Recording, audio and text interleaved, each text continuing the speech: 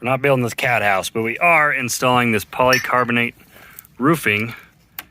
It's a little flexible, it's pretty easy to install, so let's get into it.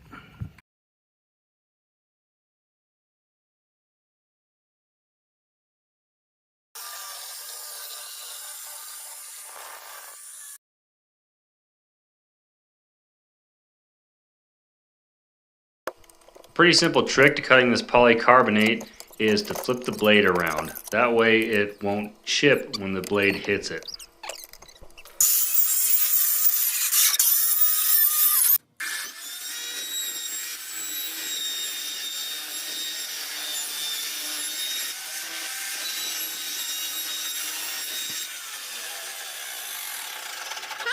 This is the low end, which is the end you want to start on. In this case, we got one big sheet going from the front to the back of the building, but in the middle we have this other color sheet that's going to be just clear for a skylight. So we got it broken up into here, and so in this case you want to start from the bottom and then overlap and overlap and overlap until you get to the top. That way the water can go and fall down and fall down and fall down. If you don't, it'll go underneath and saturate into the plywood. If you put the screws directly through this, it'll split it most of the time.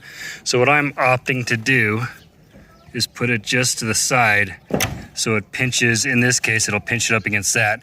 At the bottom, I have a different situation, but I'm putting a screw here and then staggering a couple of them so it pinches one on each side so this thing can't really move. It shouldn't really move anyways, but it's just a precaution. Rubber gasket needs to barely pucker.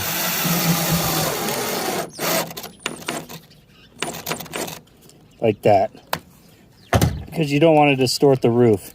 You just want to barely squeeze that little rubber gasket.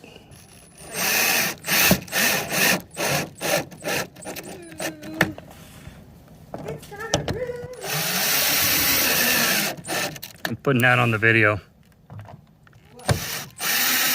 That weird noise you were making.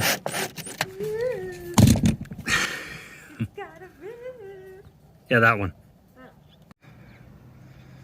Just as the sun's setting, I got this finished. So I tend to go overkill around the perimeter, especially around this opening, but otherwise it's just kind of spaced out.